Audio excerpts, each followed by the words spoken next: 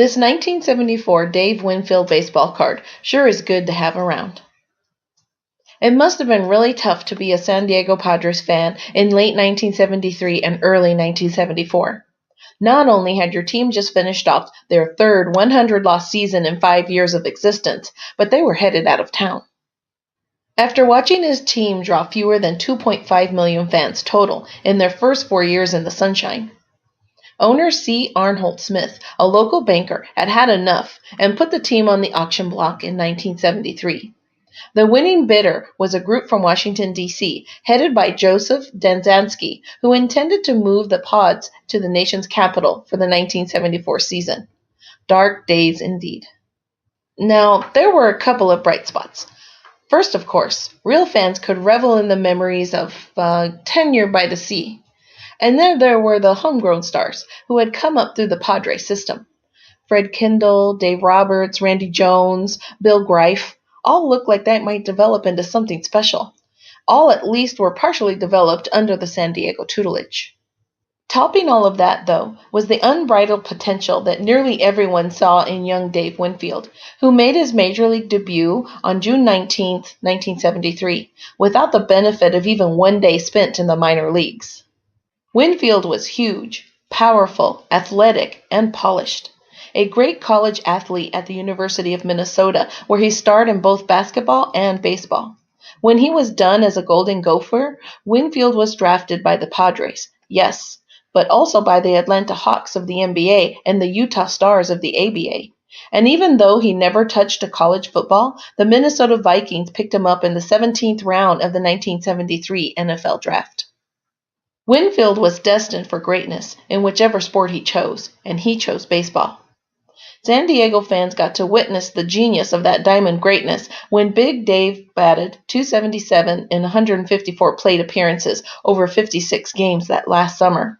And as 1974 dawned, it was clear to all involved that 1973 had been the last season for Major League Baseball in San Diego, at least for the time being. In fact, Topps was so sure of the move that they commemorated the event in their 1974 set, even though no one knew what the new team would be called once it moved and made its way to Washington. So before the baseball card manufacturer fired up the presses for what would be their first ever all-at-once major issue, they did some handiwork on the Padres cards. Here is what Jones's cardboard looked like. But just as the Padres were loading up their moving trucks and were about to scratch out Padres on their uniforms and use magic markers to write in National League, hey, if it was good enough for Topps, it was good enough for this team. The unhappenable happened. Just as the calendar flipped to 1974, local businessman Ray Kroc retired from his day job. And in the off chance you're not familiar with Kroc, you should know that businessman is vernacular for akin to mammoth tycoon in modern parlance. And that day job entitled running the McDonald's empire that he helped turn into the American phenomenon starting in the 1950s. With plenty of time on his hands all of a sudden, and sitting on something like $500 million, Kroc, a lifelong baseball fan, needed something to do. A challenge. And what could be more challenging than resurrecting a baseball team? That was terrible. Had been terrible. Couldn't draw any fans. Was being sold to someone else. Was leading off first and ready to break for D.C. Not much that I can think of. Kroc was apparently of the same mind because he called up Smith and inquired about the possibility of buying the Padres. It was one of those just suppose moments in history that changed history, even when everyone else thought the future had already been writ. Because in fact, the deal with Dazinski's group had not yet been complete. There were contingencies and challenges, and the whole thing was basically tied up in a knot. Kroc made it easy, though. He had $12 million to drop, free and clear, and he could drop it immediately. And he was going to keep the team in San Diego. That made the new deal an easy one for the rest of the owners to approve because, for one thing, it's always bad to cut bait on an expansion franchise just 5 years in. So the Pods canceled their trucks, put the caps on the markers, and headed back to San Diego Stadium to prepare for the new season. Kroc started pumping more money into the team and would eventually loosen the purse strings enough for the Padres to land some decent free agents. And fans came back. Maybe they were dazed by the flurry of activity, or maybe they thought the stadium had been converted into one big McDonald's restaurant. but they came back in relative droves. By the end of that 1974 season, more than 1 million fannies had clicked the turnstiles, and everyone was happy. Well, maybe except for Topps. With an untold tonnage of Washington National League cardboard already pouring off the printing presses and out the door, Topps was caught between two impossible choices. Continue with the wrong cards or correct them and admit they jumped the gun. They chose the latter and created one of the greatest error/corrected runs in baseball history. Here's what the right Randy Jones card looks like. Overall, the gaffe affected 15 cards, including 13 players, the manager card, and the team card. And the more scarce error cards became objects of desire, even in the less sophisticated hobby era. But the funny thing is that not all Pods cards were affected.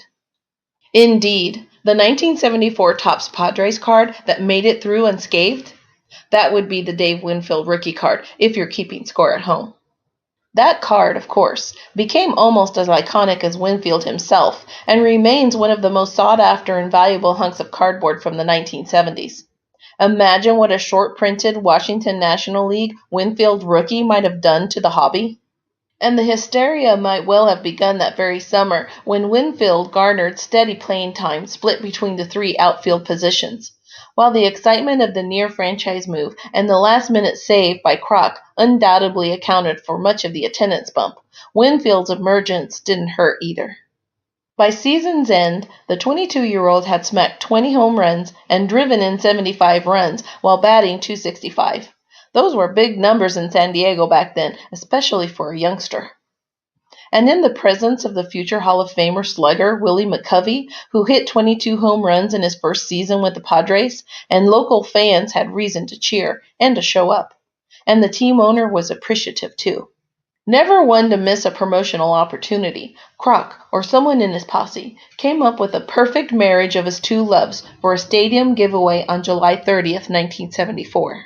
That night, about 24,000 fans saw the Los Angeles Dodgers demolish the Padres 8-0, but at least a good hunk of them received Kroc's condolence prize. A plastic baseball emblazoned with the Padres Friar logo atop a McDonald's base. That contraption opened up to hold a set of 14 notched player discs and a team schedule. The promotion also came with a 5-card disc starter pack, with instructions that you could buy the rest of the cards at local McDonald's restaurants. It was genius, especially when you consider the checklist. Matty Alou, Glenn Beckert, Nate Colbert, Bill Greif, John Grubb, Enzo Hernandez, Randy Jones, Fred Kendall, Willie McCovey, John McNamara, Dave Roberts, Bobby Tolan, Dave Winfield, Ronald McDonald, and Padres home schedule. Not only did you get 5 cards for free, setting up an existential need to finish the set. Not only was there a McCovey card, not only was there a Ronald McDonald card, but there was a Dave Winfield rookie card. It would have been a dream come true for any kid who fell in love with Dave's powerful swing that summer and pined for something more than just that one solitary Topps card. And it might have been a nightmare for parents dealing with the constant pleas to hit the golden arches again and again in search of whichever card little Timmy was still missing. But it would have been pretty hard to resist, right? I mean, the discs were awfully good looking. Also, this was little Tommy, and he really wanted the cards. And, well, these were the same Padres who almost weren't the Padres anymore at all. It was a miracle that the team was still there, playing in the endless sunshine. So, if you had been a collector or a fan especially, a parent back then and back there, wouldn't you have chased these cards too? I sure would have. And the McDonald's slogan from that year would have played in my head the whole way. McDonald's sure is good to have around. Ray Kroc sure is good to have around. The Padres sure are good to have around. Dave Winfield sure is good to have around. And the good news for us is that these relics are still good to have around. Even today, you can find most individual discs on eBay for a couple of bucks each, and even the Winfield checking in for around $40. Guess that's what the combined power of billions and billions of hamburgers can do for you. Like our video? Then like our video and subscribe to our channel. WaxPackGods.com